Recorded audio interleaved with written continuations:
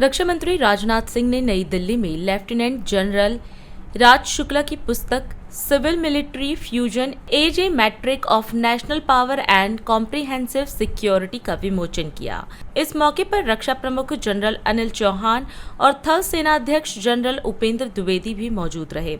इस अवसर पर रक्षा मंत्री ने लेखक को बधाई देते हुए कहा कि यह पुस्तक सेना के अनुभवों पर आधारित एक महत्वपूर्ण योगदान है, जो न केवल सैनिकों को प्रेरित करेगी बल्कि युवाओं में भी देश सेवा की भावना जगाएगी। लेफ्टिनेंट जनरल राजा शुक्ला ने कहा कि आज युद्ध के स्वरूप तेजी से बदल रहे हैं और आधुनिक विज्ञान व तकनीक इनके केंद्र में है।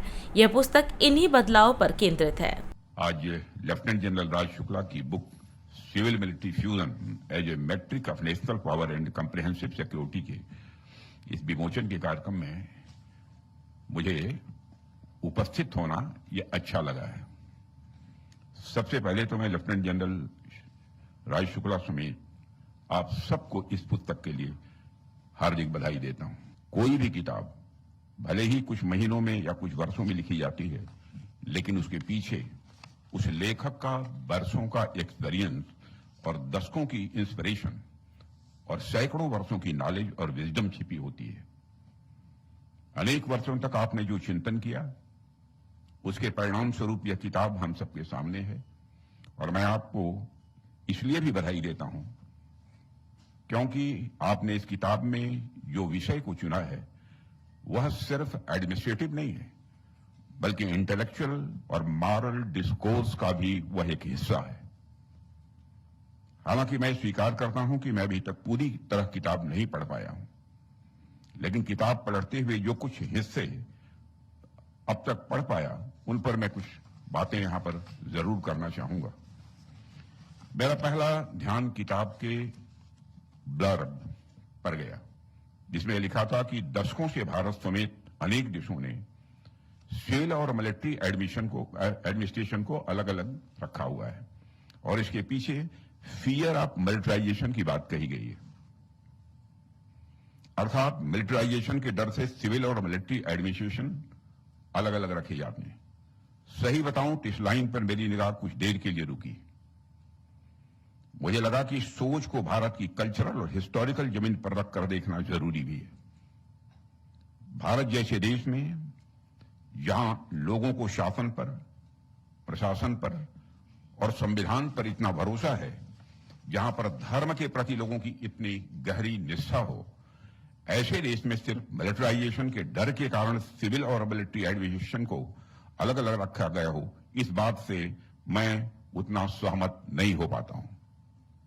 सहमत इसलिए नहीं हो पाता हूं क्योंकि जब मैं इस विचार पर सोचता हूं तो मुझे रामायण का एक अत्यंत प्रेरक प्रसंग याद आता है। आप याद करिए, जब भगवान श्री राम ने उनको वनवास मिला था और वे लक्ष्मण था माता सीता के साथ वन में निवास कर रहे थे, उसी दौरान भरत अयोध्या के तमाम लोगों के साथ और अयोध्या की सेना के साथ भगवान राम को वापस बुलाने जाते हैं। यहां ध्यान रखिए कि भरत उस समय अयोध्या की सेना के कमांडर इन चीफ थे। जब भरत अपने विशाल दलबल के साथ वन की ओर बढ़ रहे थे, उस समय लक्ष्मण जी ने उन्हें आते हुए देखा।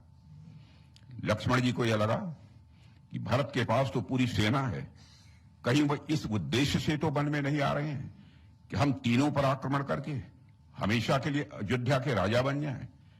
उनकी दृष्टि में शंका की एक झलक थी।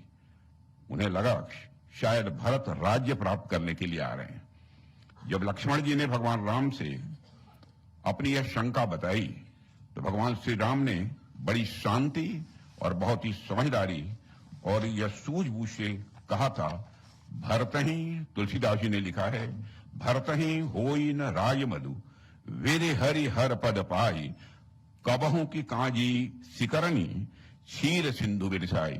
अर्थात चाहे कितनी भी बड़ी सेना हो, चाहे कितना भी बड़ा साम्राज्य हो, भारत को कभी भी राजमद नहीं हो सकता है। एक छोटी चीजें उनमें राजमद नहीं ला सकती हैं। और हुआ भी यही, जब भरत आए तो लक्ष्मण के मन की सारी शंकाएं स्वतः समाप्त हो गई।